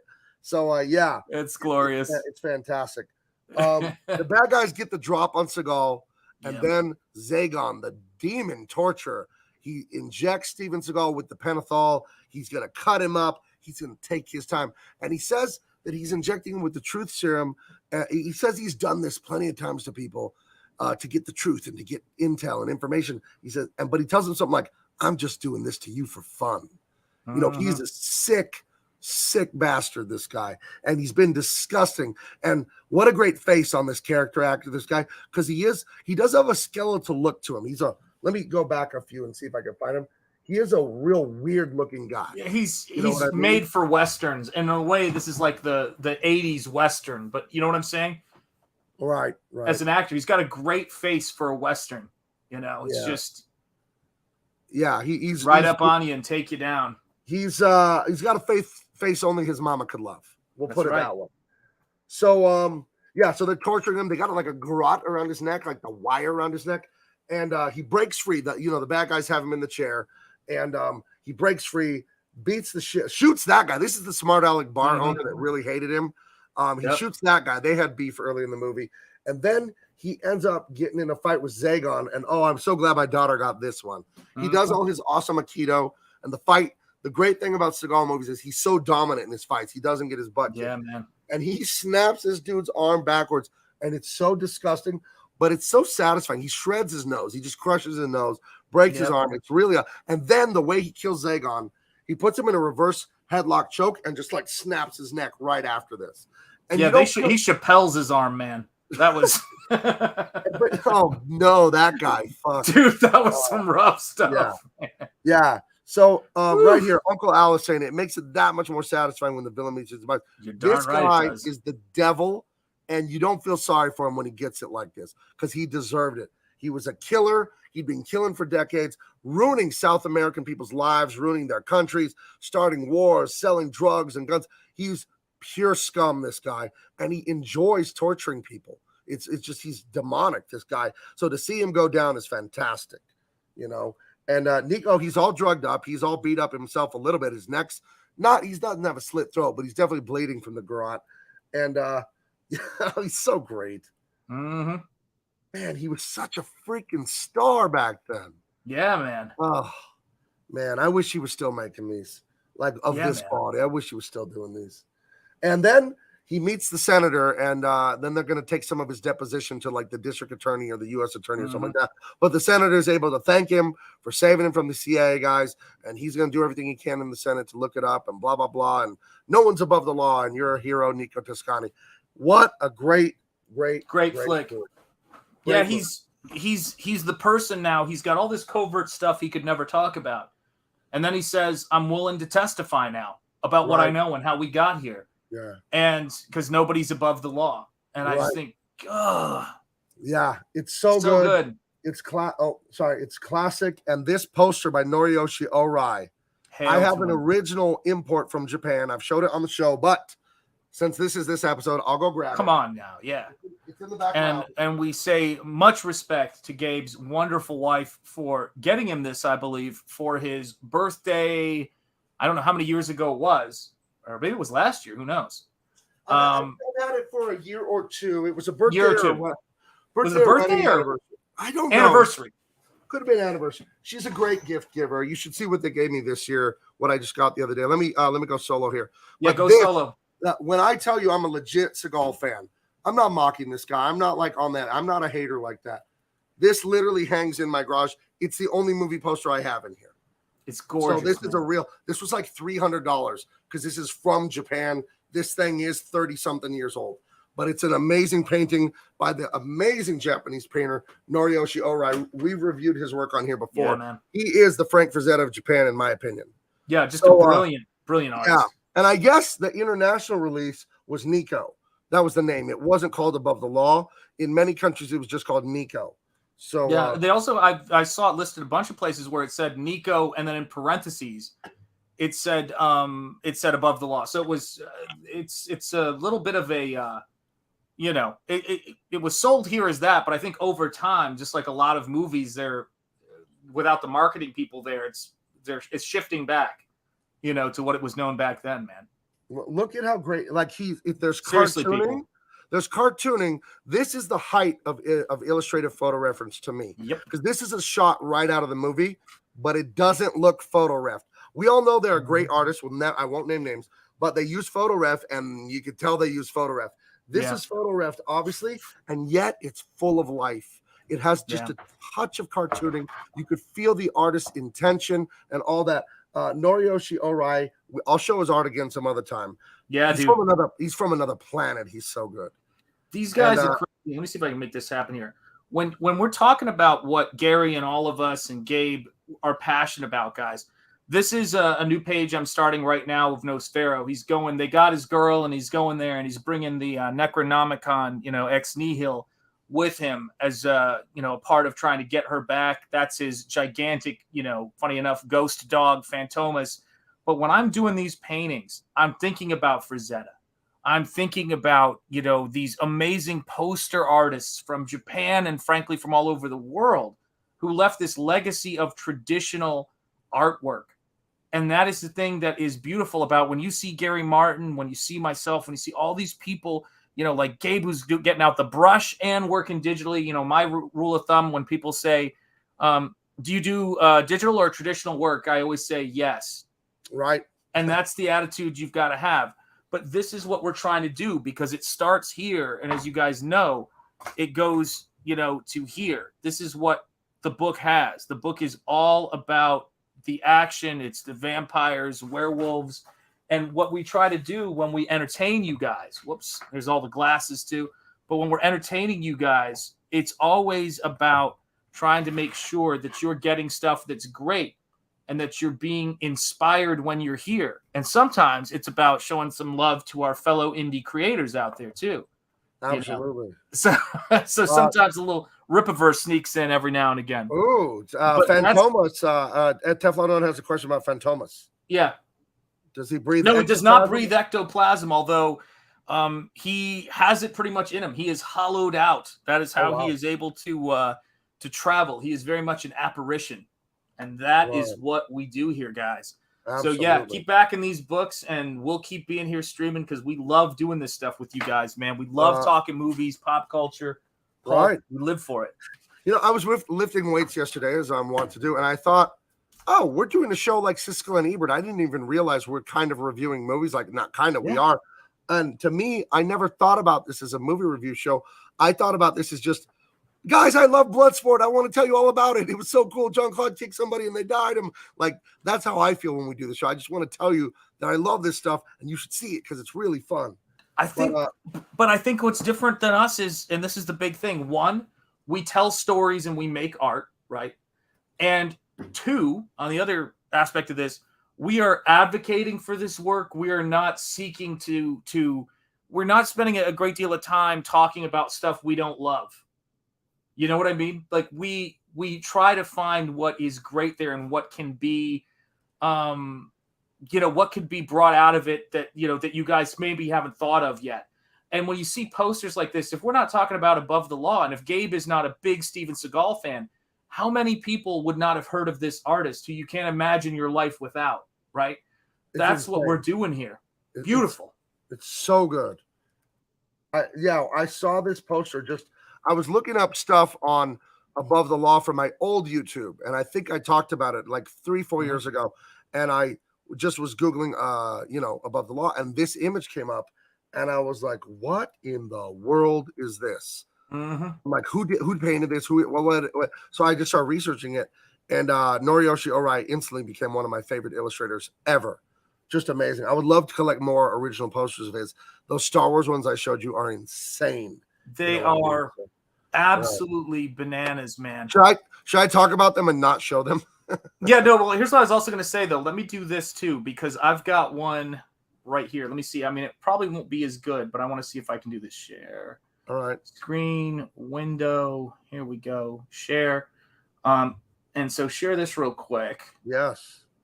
Because I got this, and what's nice is it might be a little too contrasty, but we might be able to see, even though it's off of a poster, look at the beautiful value handling that we've got and the detailing. Look at those hands, man.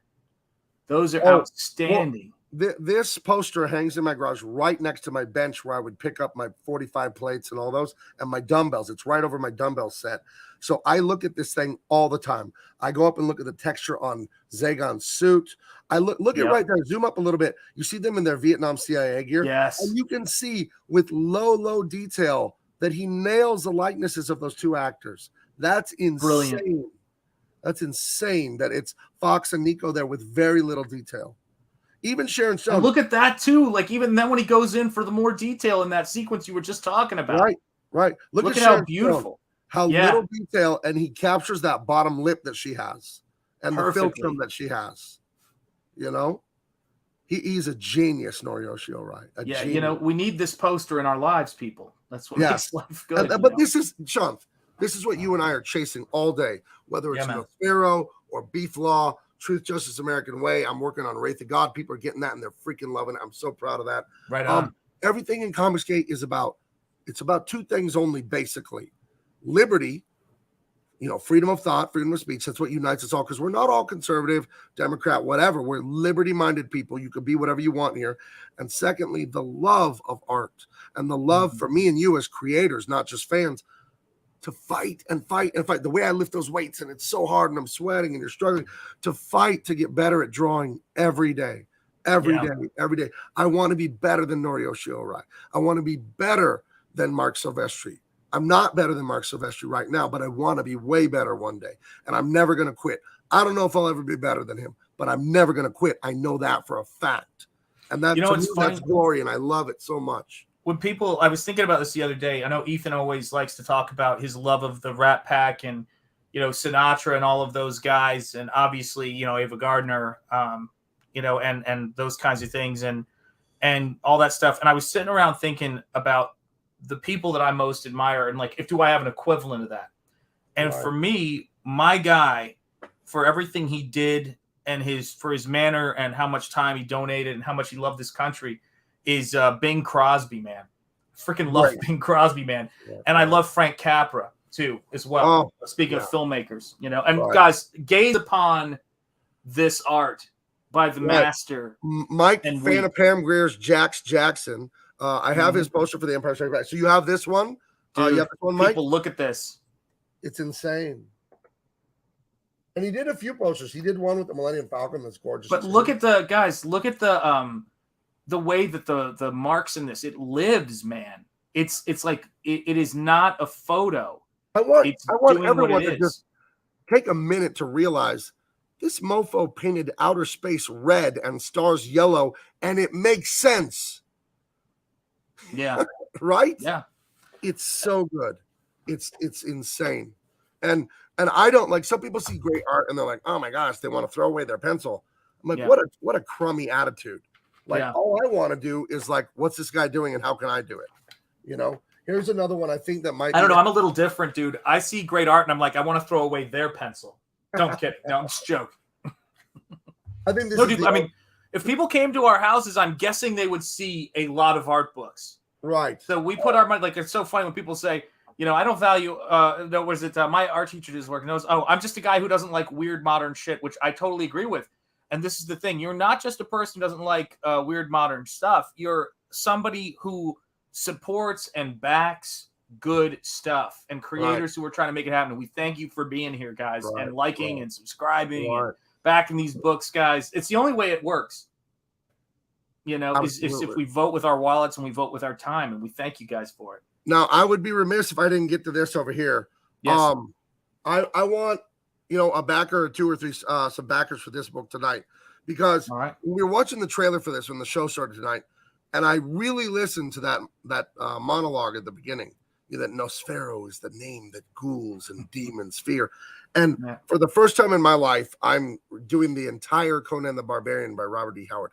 Now, I do audiobooks because I'm drawing all day. I'm not going to read and draw. You can't do both at the same time. Yeah. And the Robert D. Howard Conan the Barbarian books are some of the best things I've ever read, digitally, whatever. And when I was listening to the Nosferatu trailer, it's like, oh my gosh, you did capture that tone, because you told me it was pulp. You told me it was sort of like Conan, but it was also horror, like deep horror and stuff. And that line you put there, it really does capture that. So I definitely like to see some people back this tonight. It's hand painted. Those are those pages you were seeing earlier.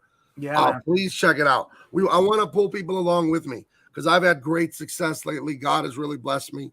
And Shanth, the Shanth you guys don't know off the air is an even better guy, and he's fantastic here. He's a fan. I'll say it this way, and I don't say this about a lot of people. He's an excellent human being. And I'm proud to call him brother and friend. And he deserves all your support in the world. So let me rally the troops, guys, right now. If you're out there, I know the inflation. They raised interest 0.75 again today. I know a tank of gas here in California is like $80. But if you can just support this book today, I don't want to give you too hard of a sell, but this is worth every penny. This is hand-painted acrylic gouache. This is a guy that walked away from crazy critical race theory and academia, a cushy career. He could have just stayed there. He could have just stayed there and lived a lie. And instead, he's here trying to make stuff like that'll make you feel like this. Yeah, man. You know what I'm saying? He's a master. And please, all check positive. You know, this book is aspirational. This book is positive. It's about heroes. And thank you, Uncle Al. Again, I'm telling you, man, it's gonna be great, man. Yeah, that's right. Remember, Mrs. Ingetti's entreaty. Take the compliment. I am. She's a good gal, bless her. I say thank you for the compliment. I do appreciate it, even though I'm like a hog on a spit. Wasn't compliments, but I will tell you this, guys. You know, it's I believe in the power of story and fantasy and myth. I think it's a wild thing we do. Those of us who are passionate about it. I think we were always cool with each other. We were always welcoming. We were always eager to share our hobby with other people. And some people came around along the way and told us that we were the opposite of what we were. It was what they were, and they drove all of the joy out of this art form, and we are bringing it back. And that is the way, man. That is how we do it, you know? Yeah, absolutely. I mean, if you have a problem with this, I'm sorry, it's you. This is, as a color junkie myself, you may have heard I'm a pretty damn good colorist. I love that pale blue on Fantomas. Dude, I'm loving that stuff, man. It is so ghostly. And then he himself is like charcoal. You know what I mean? It's man. So good. It's so good. I'm reworking the card, so I can't show that at this particular moment because I just got this right here, and I'll put this on camera here. I just got one of the best pieces of reference I've ever gotten, which is this is an American bull and I got this thing, and it is painted with in a way to where the fur reflects light like actual fur. I see it. That's antistropic reflection is when it shines in the middle of the hair. Isn't that incredible? And this has been my reference for Fantomas. So I've got all this different reference for the shoulder muscles, for all of it. And this has been such a great help, man, because I love having good reference for lighting, man. And this thing, the eyes reflect light really well. I don't know if you can see that. Like they're painted with a different finish. And I've been using this thing and really bringing, the core of Nosfero's there, or of Fantomas is there. But I really am right in the middle right now on the card of reworking his face a little bit, because there was something about it. Like, I want you to feel like what I love about King Kong, where you can feel like the meatiness of the face. The pitch for Fantomas was simple. He's a King Kong dog is his visual. He's the Hound of the Baskervilles meets King Kong. That was the plan for him. And it's all tied up in my love of pulp, man. And it's going to be sick. Absolutely sick. Right. I mean, it's a mutual admiration society around here between us as creators, but the fans too, because we all love this stuff, and we all love how much these stories mean. I've done a lot of media lately. I was on Fox News and on Newsmax and what the hell else. I was on with Jesse Kelly. And one thing I've talked to them about that we screwed up, patriotic, conservative, religious, even if you're left wing, whatever, if you're not cancel culture, let's just say the 99% of good humans that are not cancel culture weirdos, I don't care what your politics or religion are. Right. One of the bad things we did is we let these psychos take over the arts. And in my version of it, as a conservative and a Christian, my family is like, that's dirty music. Those are dirty movies. So our reaction was to check out of the arts. Yeah. What a mistake. Look at Western civilization. What is the original art? Renaissance paintings, cathedrals. It's art that glorifies and celebrates the culture, appreciating the culture, not bragging about the culture, but really saying, oh my gosh, this is so splendid, so wonderful. I love it. It's a gratitude. It's art of beauty and gratitude. And now the postmodern stuff is art of hideous ugliness and ingratitude, resentment, jealousy. That's what social justice warrior, critical race theory, all that stuff, that's what it's about. And we, more patriotic, conservative-minded, traditional-minded people, we walked away from the arts in general, like me specifically, of course not, but in general, we walked away. And it's how we lost our culture. We gave up culture to these people, and they've just been eating it and eating it and eating it for a few decades now. And people like me and Shanth have been less and less and less numbers. So guys, if you're tired of it, if you're tired of what they're doing, this is how we win. This is how we get it back. The way we get it back is by making art that's inspirational, fun, and uplifting and heroic again. And if you can't make the art, you don't know how to write, you don't know how to draw and all that, then you have to buy it. You have to support it. That's not a hard sell. We're in this together as a team. I'll make it, you buy it. Shant will make it, I'll buy it, and you'll buy it. And then we win our culture back. It's too important. It's too beautiful. Western civilization, the Western canon, it gave us everything. It gave us everything that we have. We can't let it slip away. We can't. Yeah. And so every backer that comes in for our books, I tell my wife all the time, when every backer comes in for Nosfero or something like that, that is something that lifts me up and lifts the book up and makes it great. And we celebrate each other's successes. We're at 440 backers on Nosfero the Crypt Walker, and I know we'll get more. We got to just keep doing the work. And I want to look at that. Please show the Gary Martin piece again. Okay. I was trying to move it. I know. I'm going to stop you because we gotta say this again. For people who have not yet backed Truth, Justice, American Way, this is Gary Martin, the inker on this book, doing finishes on this piece that is absolutely gorgeous. This is the level of mastery we're bringing to everything we're doing, guys. And, it's so amazing that when I look at how many backers there are on Nosfero, and we keep chasing more and more backers, we keep showing work, we keep, showing up for these streams and everything like that. But this is the thing, one backer at a time. People saw this piece and they were like, dang, okay, I'm in. You know what I mean? And that's how we do it. Right. That's how we make it happen. All right. No. You mean Twitter? My Twitter DMs? You have a message for me? I'll check. All right. I'm going over to Twitter, going to my private messages. One new person you may know. Oh, there you go. Should I accept this DM or block and report? I'm going to block and report you. Not. No, just kidding. Okay. Oh, wow. Okay, I'll get to that later. That's a long message, but thank you for writing. I'll get to that. So I'll read it right after the show. I'll leave it open. Awesome. The woke breaker. Why isn't it truth, justice, and a better tomorrow? LOL. Well, an Australian friend of mine has that covered, so don't worry about it. Yeah. So, yeah. Amen. An Aussie from down under. That's right. Oh, my goodness. There was a comment on up here I wanted to put up, and I agree with it. I think he sums up what I said.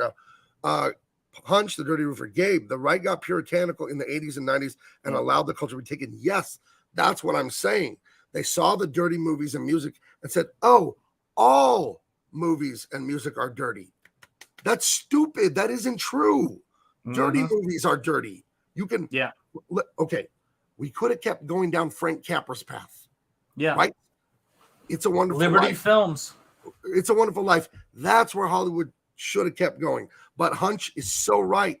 We went down. We said, oh, I'm too good for art. And art is filthy. And no, it isn't. Filthy art is filthy. Beautiful art is beautiful.